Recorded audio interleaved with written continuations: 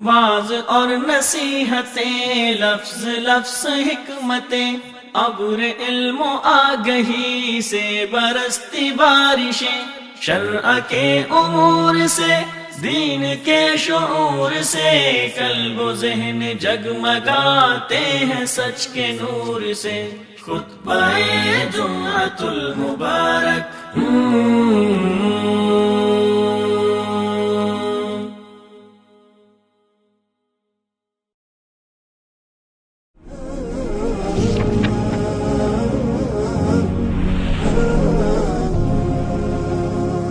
سحر البيان وعذبه وجمال۔ السلام عليكم ورحمة الله وبركاته.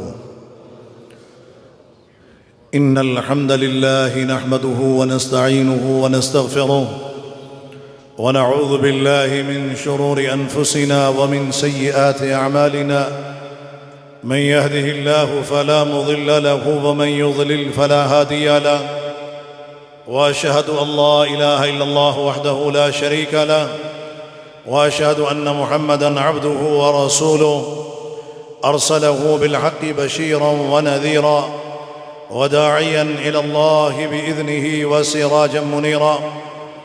أعوذ بالله من الشيطان الرجيم.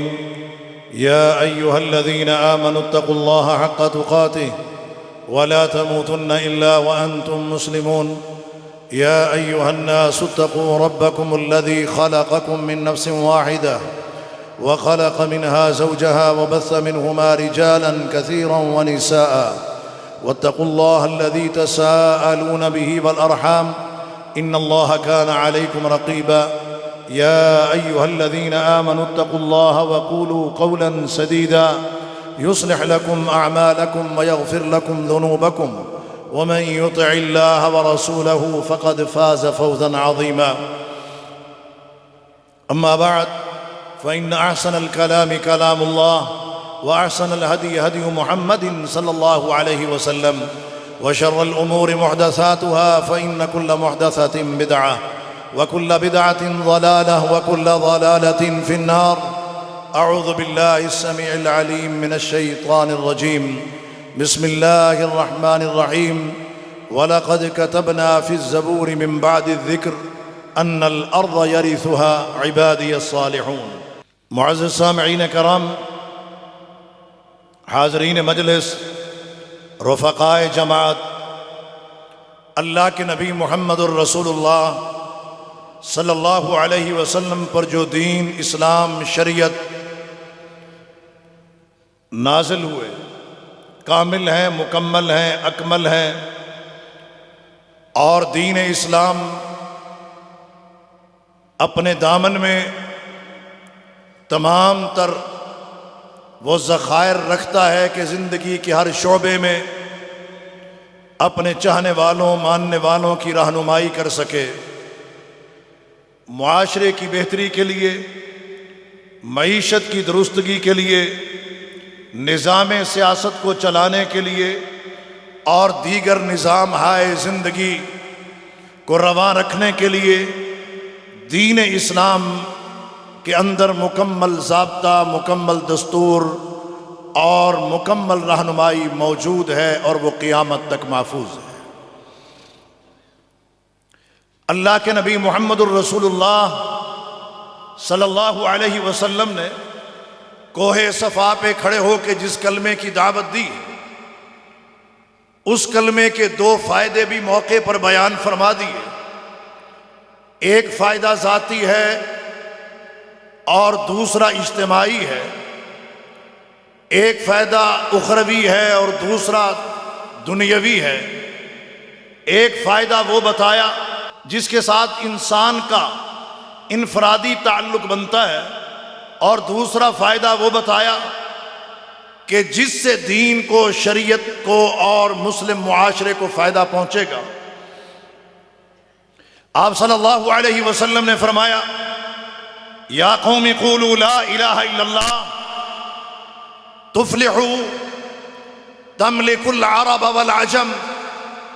میری قوم کے لوگوں، کلمہ توحید کا اقرار کر لو، تفلحوا، پہلا فائدہ یہ ہے کہ تمہیں فلاح مل جائے گی، کامیابی ملے گی، نجات ملے گی، زندگی کے ہر میدان میں ترقی اور خوشحالی نصیب ہوگی۔ اور دوسرا فائدہ اللہ کے نبی صلی اللہ علیہ وسلم نے جو بیان فرمایا وہ سیاسی ہے۔ فرمایا تملک العرب والعجم، جب تم اس کلمے کا اقرار و اعتراف کرو گے دل سے اس کی تصدیق کرتے ہوئے، اور پھر اس کے تقاضوں کی تم تکمیل کرو گے، تملک العرب والعجم، اللہ تمہیں عرب و عجم کا مالک بنا دے گا۔ چھوٹی سرداریوں سے خلافتوں پر، سیادتوں پر، قیادتوں پر لے کے آئے گا، لیکن لے کے ان کو آئے گا جن کا مطمع نظر یہ ہوگا، جن کی سیاست کا محور و مرکز اعلاء کلمت اللہ ہوگا۔ وہ لوگ سیاسی طور پر مستحکم و مضبوط ہوں گے، اور سیاست ان کی پروان چڑھے گی جو اللہ کے کلمے کی سربلندی چاہنے والے ہوں گے۔ اللہ رب العالمین نے محمد الرسول اللہ صلی اللہ علیہ وسلم کو جو کلمہ دیا اور جو کلمہ آپ نے دنیا کو پیش کیا، لوگوں کو صرف اس حد تک نہیں رکھا کہ افضل الذکر لا الہ الا اللہ، کہ افضل ترین ذکر جو ہے لا الہ الا اللہ ہے، تم بس یہ ذکر ہی کرتے رہو۔ جہاں افضل الذکر لا الہ الا اللہ ہے، وہاں پر یہ بات بھی یاد رکھنی چاہیے کہ امت مسلمہ کو اگر سیاسی استحکام مل سکتا ہے تو وہ توحید کی بنیاد پر مل سکتا ہے۔ جس جماعت، جس پارٹی اور جس ملک کی سیاست کا بنیادی اصول توحید نہیں ہے، اس کی سیاست نہ کبھی پروان چڑھ سکتی ہے، نہ کامیاب ہو سکتی ہے۔ یا قوم قولوا لا الہ الا اللہ تفلحوا، میری قوم کے لوگوں، فلاح چاہتے ہو، نجات چاہتے ہو، کامیابی و کامرانی چاہتے ہو، سیاسی استحکام چاہتے ہو، تو یہ بات یاد رکھو، سیاسی استحکام کی بیک پہ اور اس کے منشور و دستور میں، اس کی اساس و بنیاد کے اندر یہ کلمہ ہوگا تو کامیابی ہوگی، یہ کلمہ نہیں ہوگا تو تمہیں سیادت اور قیادت کبھی نہیں مل سکتی۔ دنیا کے اندر بڑے بڑے نظام آئے، انہوں نے سر اٹھایا ہے، پاپائیت بھی آئی ہے، کمیونزم بھی آیا، سوشلزم نے بھی آنکھ کھولی تھی، پاپائیت بھی آئی اور ڈیموکریسی بھی آئی، اور قبل از اسلام بڑے بڑے نظام آئے، اور اسلام کے بعد بھی غیر اسلامی اور غیر سیاسی ایسے نظام آئے جو غیر اسلامی تھے لیکن اپنے آپ کو سیاسی کہلانے والے بھی۔ کوئی نظام دنیا کے اندر کامیاب نہیں ہو سکا۔ وہ فرعون جس نے یہ دعویٰ کیا تھا انا ربکم الاعلی، وہ کس بنیاد پہ کیا تھا؟ وہ یہ سمجھتا تھا کہ میں سیاسی طور پر مستحکم ہوں تو لہٰذا میں ربوبیت کا دعویٰ کر سکتا ہوں، میں الوہیت کا دعویٰ کر سکتا ہوں، لیکن اس کی بیس اور بنیاد موسیٰ علیہ السلام کی تعلیمات پر نہیں تھی، اور اس کی سیاسی تعلیمات وہ منزل من السماء نہیں تھی، تو لہٰذا وہ بھی دم توڑ گئی۔ اللہ کے نبی صلی اللہ علیہ وسلم جو سیاسی نظام لے کے آئے، یہ ایسا نظام ہے، یہ جڑا ہوا ہے زمین سے آسمان تک اور آسمان سے زمین تک۔ اس سیاسی نظام کا تعلق دین اسلام سے ہے، شریعت اسلامیہ سے ہے، وحی الہی سے ہے۔ اور کسی نے کیا خوب کہا ہے کہ سیاست الوحی ہی السیاسہ این عقولکم اولی الریاسہ۔ اے وقت کے حاکم و حکمرانو، یہ بات یاد رکھو کہ سیاست الوحی ہی السیاسہ، جو وحی الہی کے ذریعے اصول سیاست اترے ہیں، اصل میں سیاست وہی ہے این عقولکم اولی الریاسہ۔ وقت کے حکمرانوں، تمہاری عقل کہاں گم ہو چکی ہے کہ تم اسلام کے سیاسی نظام کو چھوڑ کر دائیں اور بائیں جھانک رہے ہو، ادھر اور ادھر جا رہے ہو، رہنمائیاں تم لے رہے ہو۔ نہیں، سیاست الوحی ہی السیاسہ این عقولکم اولی الریاسہ۔ اللہ نے قرآن کی شکل میں، پیغمبر ذی شان کی شکل میں تمہیں ایک دستور دیا، اسوہ دیا، سیرت دی، کردار دیا، قائد دیا، سالار دیا، اور پھر اللہ تبارک و تعالی نے یہ آسمانی کتاب عطا کی ہے۔ تم نے یہاں سے رہنمائی لینی ہے، تم ادھر ادھر کیوں گھوم رہے ہو اور کیوں بھٹک رہے ہو؟ وہ سیاست جسے اسلامی سیاست کہا جاتا، 3 بنیادی اصول ہیں، ذہن میں رکھیے۔ اس کے 3 بنیادی اصول۔ نمبر 1 توحید، نمبر 2 رسالت، نمبر 3 خلافت۔ یہ 3 بنیادی اصول۔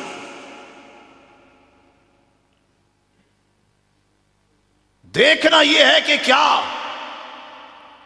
جتنے بھی بلاد اسلامیہ ہیں، اسلامی ممالک ہیں، دینی جماعتیں، کیا ان کی سیاست کے اندر یہ 3 بنیادی اصول پائے جاتے ہیں یا نہیں؟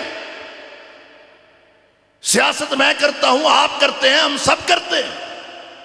جو سیاست ہم کر رہے ہیں اس کی ہم نے دیکھنا ہے اساس و بنیاد کیا ہے، کیا توحید ہے یا نہیں ہے۔ مسئلہ کیا تھا؟ فرعون کو بھی تو یہی مصیبت تھی، انا ربکم الاعلی کا دعویٰ کرنے والا وہ جس نے سب سے پہلے حملہ کیا ہے تو اللہ کی توحید کے اوپر کیا، اللہ کی توحید کے اوپر کیا۔ الہکم الہ واحد لا الہ الا هو الرحمن الرحیم۔ توحید کا کیا مطلب ہے؟ جس طرح عبادت فرضی اور نفلی، چھوٹی اور بڑی، انفرادی اور اجتماعی، جانی اور مالی صرف اللہ کے لیے ہے، تو امر، آرڈر، حکم وہ بھی اللہ کا چلے گا، اطاعت اور فرما برداری وہ بھی اسی اللہ کی ہے۔ ان الحکم الا للہ۔ ہماری انفرادی اور اجتماعی زندگی کے اندر، ہمارے ایوان و عدلیہ کے اندر، ہماری کچہریوں اور مقننہ کے اندر امر و آرڈر چلے گا تو اللہ کا چلے گا۔ جب کائنات اس کی ہے تو اس کے علاوہ آرڈر کسی اور کا کیوں چل سکتا؟ یہ سیاست کا پہلا بنیادی اصل ہے، توحید۔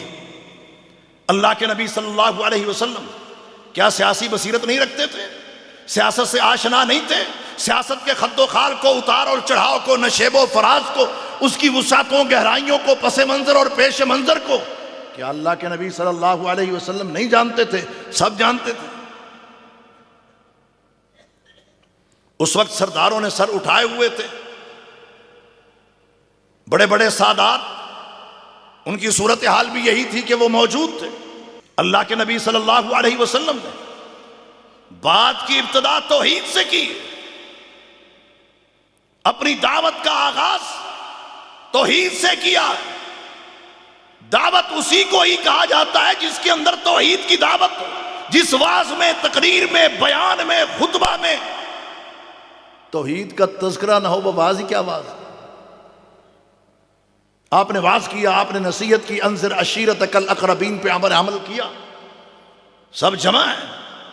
بات کی ابتدا، دعوت کا آغاز توحید سے ہے، اختتام کہاں پہ ہو رہا ہے؟ سیاسی فوائد پہ۔ چونکہ اس وقت وہ لوگ خود سردار تھے، وہ کہتے بھی تھے اور سوچتے بھی تھے ہمیں کیا ضرورت ہے، ہم تو سردار ہیں۔ اللہ کے نبی صلی اللہ علیہ وسلم نے توحید کو قبول کرنے کا فائدہ بھی بتا دیا۔ تفلحو، ایک تو تمہیں فلاح دارین ملے گی۔ اب اس میں یہ بات بھی آ سکتی ہے کہ جناب دنیا کی فلاح تو ہے، ظاہری کامیابی تو ہے، مریں گے تو آخرت میں دیکھا جائے گا۔ آپ نے اگلی بات بھی کہہ دی کہ لوگوں، قریشیو، ہاشمیو، ساداتو، سردارو، قولوا لا الہ الا اللہ۔ جو کلمہ میں لے کے آیا ہوں، جو دعوت میں لے کے آیا ہوں، یہ جزیرت العرب میں سکڑ کے رہنے والی نہیں ہے۔ اس کا میدان دنیا کے چند شہر یا چند ملک نہیں ہے۔ اس دین کی خصوصیت یہ ہے، سیبلغ ھذا الدین ما بلغ اللیل والنہار، جہاں تک رات کے اندھیرے اور دن کے اجالے پہنچتے ہیں دین محمد وہاں تک پہنچ کے رہے گا، یہ کلمہ وہاں تک گونج کے رہے گا۔ اس کلمے کو تم اپنا لو، اختیار کر لو، اللہ تمہیں پوری دنیا کی خلافتیں اور سیادتیں عطا فرما دے گا۔ پہلا اصل وہ توحید ہے، اور دوسرا اصل کیا ہے؟ وہ رسالت ہے۔ اللہ رب العالمین نے محمد الرسول اللہ صلی اللہ علیہ وسلم اسی لیے بھیجا ہے جو ہمارے لیے اسوہ حسنہ ہے۔ لقد کان لکم فی رسول اللہ اسوۃ حسنہ، ہر تاجر کے لیے، معاشرتی امور کے ماہر کے لیے جس طرح آپ اسوہ ہیں، اسی طرح ایک سیاستدان کے لیے بھی آپ کی حیات طیبہ اسوہ حسنہ ہے۔ اور اسلامی سیاست کا دوسرا اصول اور ستون وہ اللہ کے نبی صلی اللہ علیہ وسلم کی رسالت، اس کو اپنانا ہے، اس کو اختیار کرنا ہے کہ جس طرح اللہ کی اطاعت سے باہر نہیں، اس طرح ہم محمد الرسول اللہ صلی اللہ علیہ وسلم کی اطاعت سے باہر نہیں۔ یہ نہیں کہ ہماری نماز پنجگانہ اور رمضان کے 29-30 روزے، زندگی میں فرض ایک مرتبہ صاحب استطاعت پر جو حج ہے وہ تو ہم نے اسوہ رسول کے مطابق کرنا، اور جہاں تک سیاسی معاملہ ہو وہ ہم نے اپنی مرضی کرنی ہے، نہیں، اس میں اپنی مرضی نہیں کرنی۔ صالح، صحت مند، تندرست، توانا، جرت والی سیاست کے لیے محمد الرسول اللہ صلی اللہ علیہ وسلم کا اسوہ اور آپ کی رسالت، آپ کا نمونہ، آپ کی زندگی وہ لازمی ہے۔ سیدنا ابو بکر صدیق رضی اللہ تعالی عنہ، سیدنا عمر فاروق رضی اللہ تعالی عنہ، سیدنا عثمان بن عفان، سیدنا علی المرتضی رضوان اللہ تعالی علیہم اجمعین، یہ وہی دور ہے نا، خیر القرون قرنی ثم الذین یلونہم ثم الذین یلونہم، تقریباً 30 برس بنتے ہیں۔ خلافت راشدہ کا یہ ادوار آپ دیکھ لیں، اس دور کے اندر اگرچہ کچھ تلخیاں بھی آئی، جن کی ابتدا سیدنا عثمان بن عفان کی زندگی کے آخری ایام میں ہوئی تھی ان کی شہادت سے، لیکن ان تلخیوں کے باوجود بھی، شہادتوں کے باوجود بھی، کچھ شورشوں کے باوجود بھی، کچھ یورشوں کے باوجود بھی، آپ دیکھ لیجئے اس دور کا مقابلہ دنیا کا کوئی دور پھر بھی نہیں کر سکتا۔ کیوں؟ اس لیے کہ انہوں نے اللہ کے نبی صلی اللہ علیہ وسلم کی جہاں جہادی اداؤں کو دیکھا ہے، وہاں سیاسی اداؤں کو بھی دیکھا ہے، جہاں جہادی طرز عمل کو دیکھا ہے، دعوتی طرز زندگی کو دیکھا ہے، وہاں انہوں نے اللہ کے نبی صلی اللہ علیہ وسلم کا سیاسی عمل بھی دیکھا ہے۔ یہی وجہ ہے کہ ان کی خلافت کا جو دور تھا بڑا کامیاب و کامران تھا۔ پھر تیسرا اصل جو ہے وہ ہے خلافت، اور خلافت راشدہ کی ایک لمبی داستان اور ان صحابہ کرام کی سیرت آپ سب پڑھ بھی چکے ہیں، سنتے بھی رہتے ہیں۔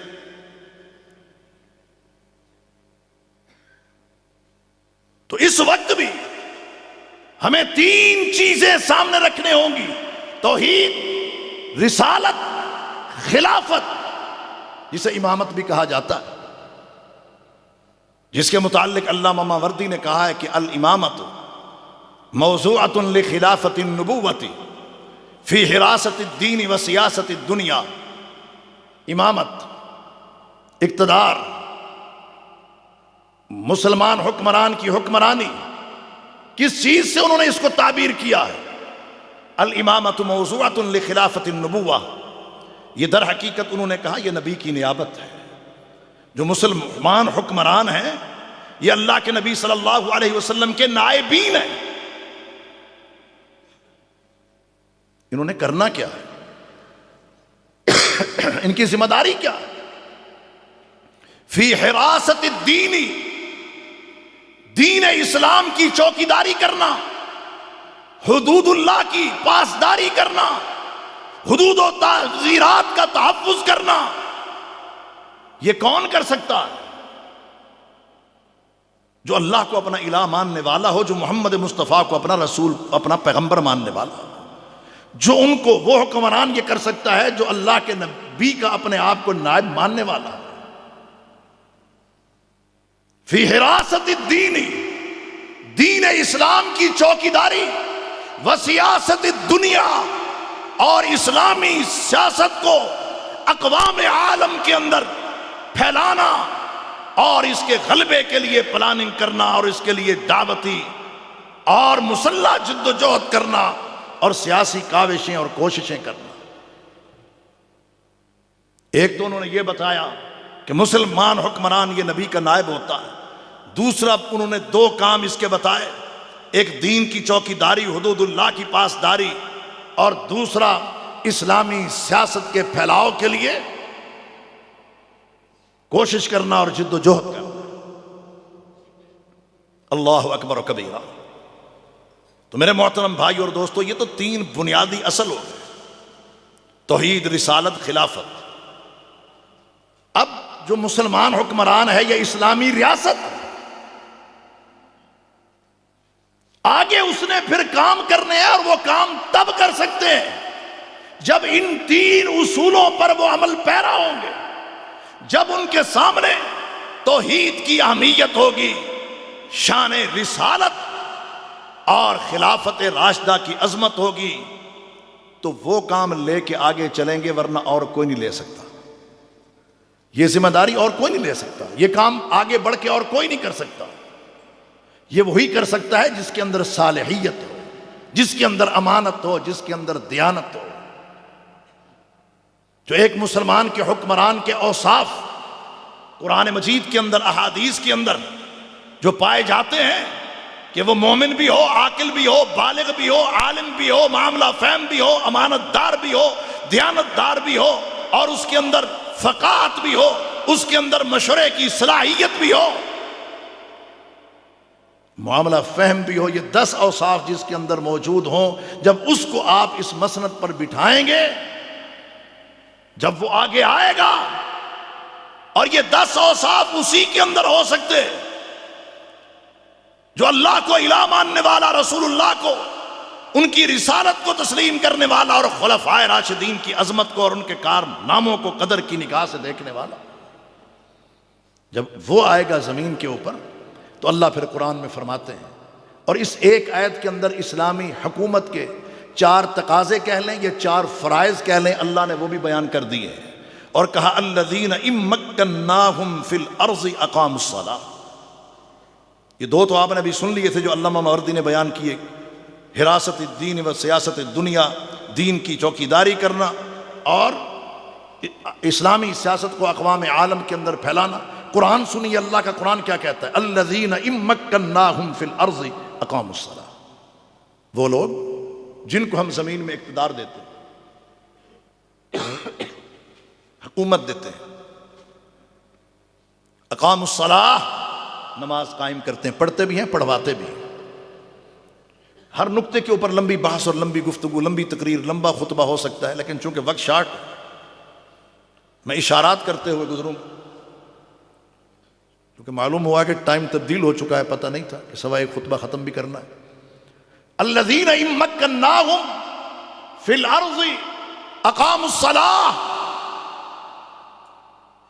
جن کو ہم زمین میں، یہ آیت تمکین فی الارض اس کو کہا جاتا ہے، جن کو ہم زمین میں اقتدار دیتے ہیں، اقاموا الصلاۃ، نماز قائم کرتے ہیں۔ دوسرا کام آتوا الزکاۃ، زکوٰۃ کا نظام قائم کرتے ہیں،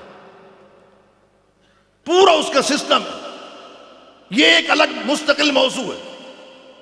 تیسری بات امروا بالمعروف، نیکی کا حکم دیتے ہیں۔ چوتھی بات ونہوا عن المنکر، بدی اور برائی سے روکتے ہیں، منع کرتے ہیں، یہ ان کی ذمہ داری میں شامل ہے۔ اور اگر کوئی یہ کام نہیں کر رہا، کوئی حکومت، کوئی کابینہ کسی ملک کی بھی ہو، جب وہ یہ کام نہیں کرے تو اپنے فرائض سے غافل ہے، اور فرائض کی بھی ایک لمبی فہرست ہے۔ کیونکہ میں سیاسی ذوق اور علم اور مطالعہ رکھنے والا بھی آدمی ہوں، بلکہ آپ کی دعاؤں سے میں نے اس پہ کتاب بھی لکھنا شروع کر دی۔ تو یہ لمبی بات ہو سکتی ہے، لیکن یہ کون کرے گا؟ کیا بے نماز انسان کسی کو کہہ سکتا ہے نماز پڑھو؟ جو خود زکوٰۃ چور ہو کسی کو کہہ سکتا ہے زکوٰۃ دو؟ جو بے حیائی کے اندر، اس کی دلدل کے اندر دھنسا ہوا ہو، کسی کو وہ نیکی کا کیا حکم دے گا اور بدی اور برائی سے کیا منع کرے گا؟ لیکن وہ لوگ جن کے اوصاف میں نے آپ کو بتائے ہیں بغیر تفصیل کے، وہ یہ کر سکتے ہیں۔ اِن مَكَّنَّاهُمْ فِي الْأَرْضِ أَقَامُوا الصَّلَاةَ آتَوُا الزَّكَاةَ أَمَرُوا بِالْمَعْرُوفِ وَنَهَوْا عَنِ الْمُنكَرِ وَلِلَّهِ عَاقِبَةُ الْأُمُورِ۔ بات تو وہیں پہ آ کے اٹک جاتی ہے، وہیں پہ اٹک جاتی ہے کہ ٹھیک ہے نظام صلاۃ بھی ہو، زکوٰۃ بھی ہو، معروف و منکر کا سلسلہ بھی ہو، چونکہ ہم امت بھی یہی ہے، کنتم خیر امت اخرجت للناس تأمرون بالمعروف وتنہون عن المنکر۔ اللہ نے ہمیں امت بنا کے بھیجا ہے، کیوں؟ تأمرون بالمعروف وتنہون عن المنکر، نیکی کا حکم دینے کے لیے، بدی برائی سے منع کرنے کے لیے۔ رب العالمین نے ہمیں بھیجا اسی لیے، بنایا اسی لیے، پیدا اسی لیے کیا۔ لیکن مسئلہ یہ ہے کہ وہ صالحیت لوگوں کے اندر ہوگی تو یہ معاملہ ہوگا، ورنہ نظام تو بے شمار ہے۔ جس طرح میں نے کہا پاپائیت موجود ہے، جس کے متعلق قرآن بھی کہتا ہے اتخذوا احبارہم ورہبانہم اربابا من دون اللہ۔ پاپائیت نے بھی بیڑا غرق کیا سب سے پہلے، یہ ان کا سیاسی نظام تھا۔ پاپائیت کا سب سے پہلے انہوں نے جو حملہ کیا وہ اللہ کی توحید پہ کیا، اتخذوا احبارہم ورہبانہم اربابا من دون اللہ۔ یہ جو دنیا کے اندر سیاسی کشمکش چلی ہے نا، دنیا کے اندر، وہ قبل از اسلام ہے یا بعد از اسلام؟ آپ دیکھ لیں سیاسی کشمکش ضرور چلی ہے، آسمانی نظام سیاست کے مقابلے میں زمین سے بنائے ہوئے نظام مقابلے میں ضرور آئے ہیں، لیکن مرکزی نقطہ اختلاف کیا تھا؟ وہ اللہ کی توحید تھی، وہ اللہ کی توحید تھی۔ اللہ اکبر کبیرہ۔ پاپائیوں نے بھی یہی کیا۔ وَهَلْ بَدَّلَ الدِّينَ إِلَّا الْمُلُوكُ وَأَحْبَارُ سُوءٍ وَرُهْبَانُهَا۔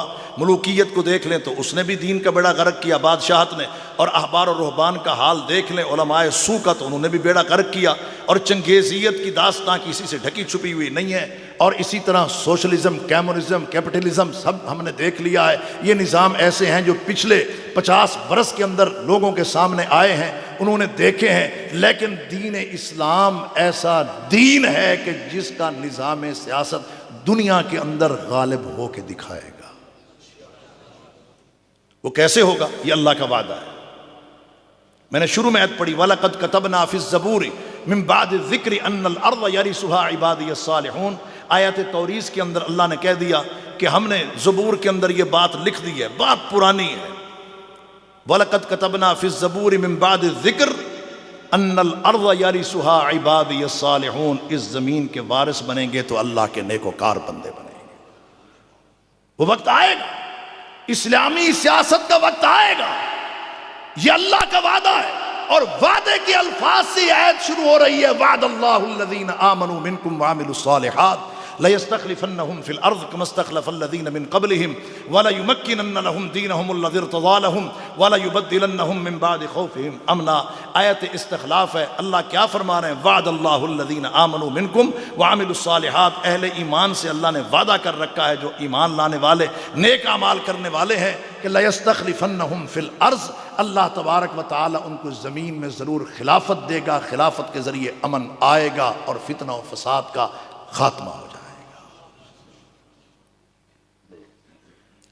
اور اسی طرح اگر ہم قرآن مجید کو اور گہرائی سے دیکھتے ہیں تو کیا اتنی بات کہہ دینا کہ نہیں جی ہمارا سیاست سے کوئی تعلق نہیں، کیا یہ دین ہے؟ نہیں، یہ تصوف ہے۔ تصوف دین اسلام کے کسی کونے گوشے کے اندر نہیں ہے، تصوف دین اسلام کے کسی بھی کونے گوشے کے اندر نہیں ہے، سیاست موجود ہے۔ میں نے آپ کو اللہ کے نبی صلی اللہ علیہ وسلم کی دعوت کا پہلا نقطہ یا قوم قولوا لا الہ الا اللہ تفلحوا تملک العرب والعجم سنا دیا۔ پھر جب ہجرت ہوئی ہے، اللہ کے نبی صلی اللہ علیہ وسلم کی زبان پر کیا الفاظ تھے؟ قل رب ادخلنی مدخل صدق واخرجنی مخرج صدق واجعل لی من لدنک سلطانا نصیرا۔ اللہ سلطہ دے دے، حکومت ہو، اختیار ہو، کس لیے؟ لِتَكُونَ كَلِمَةُ اللَّهِ هِيَ الْعُلْيَا، تاکہ اللہ تیرا کلمہ سر بلند ہو سکے، تیرا کلمہ اونچا کیا جا سکے۔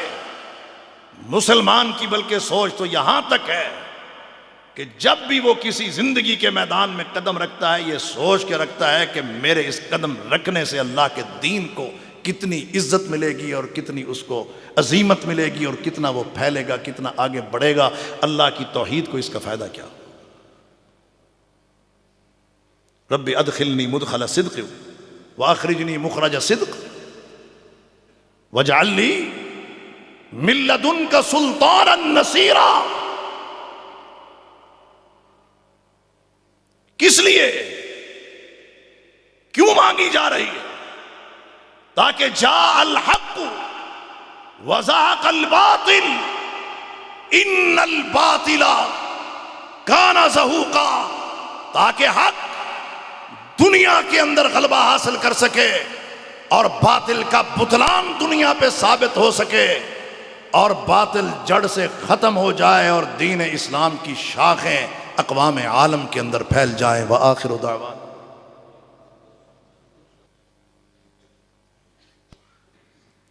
ان الحمد للہ نحمده ونستعینه ونستغفره ونعوذ باللہ من شرور انفسنا ومن سیئات اعمالنا من يهده الله فلا مضل له ومن يضلل فلا هادي له واشهد ان لا اله الا الله وحده لا شريك له واشهد ان محمدا عبده ورسوله ارسله بالحق بشيرا ونذيرا وداعيا الى الله باذنه وسراجا منيرا قال الله عز وجل في شان حبيبه ان الله وملائكته يصلون على النبي يا ايها الذين امنوا صلوا عليه وسلموا تسليما اللهم صل على محمد وعلى آل محمد كما صليت على إبراهيم وعلى آل إبراهيم إنك حميد مجيد اللهم بارك على محمد وعلى آل محمد كما باركت على إبراهيم وعلى آل إبراهيم إنك حميد مجيد أما بعد معزز سامعین کرام، سیاست معاشرتی زندگی کا ایک اہم ترین بنیادی ترین ستون ہے جسے دین اسلام سے جدا اور الگ تھلگ نہیں کیا جا سکتا۔ جدا ہو دین سیاست سے تو رہ جاتی ہے چنگیزی، اور وہ سیاست بھی کوئی سیاست نہیں ہے، وہ نظام سیاست بھی کوئی نظام سیاست نہیں ہے، وہ کتنا ہی خوبصورت کیوں نہ ہو کہ جس نظام سیاست سے اللہ کی توحید پر آنچ آئے اور رسول اللہ کے حقوق کی پامالی ہو۔ جس طرح دیگر نظام ہے زندگی، وہ پاپائیت ہو، چنگیزیت ہو، اشتراکیت ہو، سوشلزم ہو اور دیگر، اسی طرح جو ڈیموکریسی ہے وہ ڈیموکریسی ایک تو وہ ہے جو ہمارے ملک میں ہے کہ جی ہمارے 73 کے آئین میں یہ بات لکھی ہے کہ اس ملک کے اندر اعلیٰ و بالا جو ہے وہ اللہ کا قانون ہوگا، اللہ کی ذات ہوگی، یہ بات درست ہے۔ اور وہ ڈیموکریسی جو کہ یورپ کے اندر پروان چڑھی ہے، بلکہ چڑھنے سے پہلے ہی زوال پذیر ہے، جس کی تعریف میں یہ بات موجود ہے کہ government of the people, by the people, for the people, حکم الناس علی الناس للناس۔ علماء عرب نے اس کی تعریف یہ کی ہے، اور ترجمہ اور معنی دونوں کا ایک ہی ہے کہ حکمرانی کس کی؟ عوام کی۔ عوام کیا لگتا ہے؟ عوام حکمرانی کے لیے پیدا نہیں کیے گئے، حکمران اعلیٰ جو ہے وہ اللہ کی ذات ہے، حکم اس کا چلے گا۔ صرف آپ کو یہ بات بتانا مقصود ہے کہ سیاست شجر ممنوعہ نہیں ہے، سیاست قرآن اور حدیث سے خارج اور باہر نہیں ہے۔ اگر ہم بنی اسرائیل کے حالات بھی اٹھا کر دیکھیں تو اللہ کے نبی صلی اللہ علیہ وسلم نے فرمایا ہے کانت بنی اسرائیل تسوسهم الانبیاء کلما ہلک نبی خلفہ نبی او کما قال علیہ الصلوۃ والسلام۔ آخر میں آپ نے فرمایا انہ لا نبی بعدی، بنی اسرائیل کانت بنی اسرائیل تسوسہم الانبیاء، ان کی سیاست ان کے انبیاء کیا کرتے تھے۔ کلما ہلک نبی، جب کوئی نبی دنیا سے کوچ کر جاتا تھا، خلفہ نبی، اس کے بعد دوسرا نبی آتا تھا، اور سیاسی باغ ڈور بھی انہی کے ہاتھ میں ہوا کرتی تھی۔ لیکن المیہ کی بات پھر یہ ہوئی جب دین اور سیاست دونوں جدا جدا ہو گئے، الگ الگ ہو گئے، دیندار لوگوں نے، دینی جماعتوں نے یہ سمجھا کہ سیاست میں جانا شاید کفر ہے، اور جو سیاست کے اندر موجود تھے انہوں نے بھی یہی سمجھا کہ یہ میدان ایوان ہمارے ہیں اور مدارس دینی جماعتوں کے ہیں، مدارس مساجد بہت اعلیٰ اور عرفہ جگہ ہیں۔ لیکن یہ جو تقسیم ہوئی، اس تقسیم کا اسلامی دنیا میں، اسلامی ممالک میں نقصان یہ پہنچا کہ جو ایوان کے اندر ہیں ان کو کلمہ تک نہیں آتا، اخلاص نہیں آتی، الکوثر نہیں آتی، اور جو اس طرف آ گئے انہوں نے کہا سیاست موضوع ہی ان لوگوں کا ہے جو سیاست سے تعلق رکھنے والے ہیں، یہ انتخابات لڑنے والے۔ اگر ان سیاست دانوں کی تربیت مساجد و مدارس سے ہوتی، ان کو آیت تمکین فی الارض پڑھائی جاتی، آیت توریث ان کو پڑھائی جاتی، اور اسی طریقے سے آیت استخلاف ان کو سمجھائی جاتی، اور عوام جو ہے یہ اپنا ووٹ کا حق حقداروں کو دیتے۔ آج کیوں نا انصافی ہے، بد اعتدالی ہے، انصاف نام کی چیز کیوں نہیں ہے؟ اس لیے کہ میں آپ کو ذرا آخر میں، سب سے آخر میں آیت امانت و دیانت کی طرف لے کے چلتا ہوں، جس سے پورا فلسفہ سیاست سمجھ آ جائے گا۔ رب العالمین کیا فرما رہے ہیں؟ ان اللہ یأمرکم، ان اللہ یأمرکم، اللہ تمہیں سب کو حکم دے رہا ہے، ان تؤدوا الامانات الی اہلھا، امانت ان کو دو جو اس کی اہلیت رکھتے ہیں۔ بات سمجھ آ رہی کہ نہیں آ رہی؟ اللہ کیا حکم دیتا ہے؟ امانت اس کو دو جو اس کا حقدار ہے، ان تؤدوا الامانات الی اہلھا، جو اس کا اہل ہے۔ جب اس کو دو گے، امانت دار کو ذمہ داری دو گے۔ دیکھیں اگر میں نے اپنے پاس مثلا ملازم رکھنا ہے، آپ نے اپنے پاس کوئی نوکر رکھنا ہے، آپ نے کیشیئر رکھنا ہے، آپ نے آڈیٹر رکھنا ہے، آپ اس کی کوالیفیکیشن دیکھیں گے، نہیں پورا اترے گا تو آپ نے نہیں رکھنا اس کو۔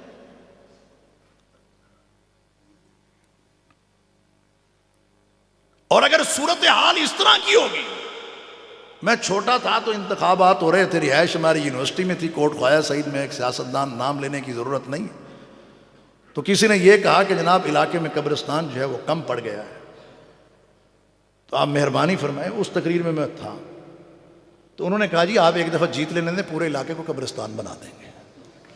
یعنی کوئی سیاسی بصیرت نہیں ہے، کوئی سمجھ نہیں ہے۔ پھر بچے سارے جی انکل آٹوگراف دے دیں، اپنے سیکٹری کو کہہ رہے ہیں تینوں میں کیا سی چھوٹی موٹی بچے واسطے چیزیں نال رکھ لیا کر۔ اس نے پوچھا بچوں سے بھی کیا معاملہ، کہتا آٹوگراف چاہیے، تو اس نے کہا میاں صاحب وہ کہنے کو گھی مارو۔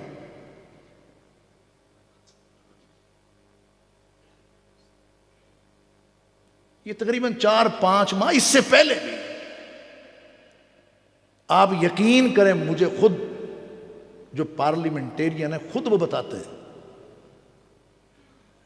کہ دینی جماعتوں نے پتہ نہیں سیاست کو سمجھا نہیں، یہ شجر ممنوعہ سمجھ کے دور ہٹ گئے، ہمارے اور ان کے درمیان جدائیاں ہو گئیں، ان کو سیاست کا پتہ نہیں، ہمیں دین کا پتہ، اپنے منہ سے کہتے۔ جدا ہو دی سیاست سے تو رہ جاتی ہے چنگیزی۔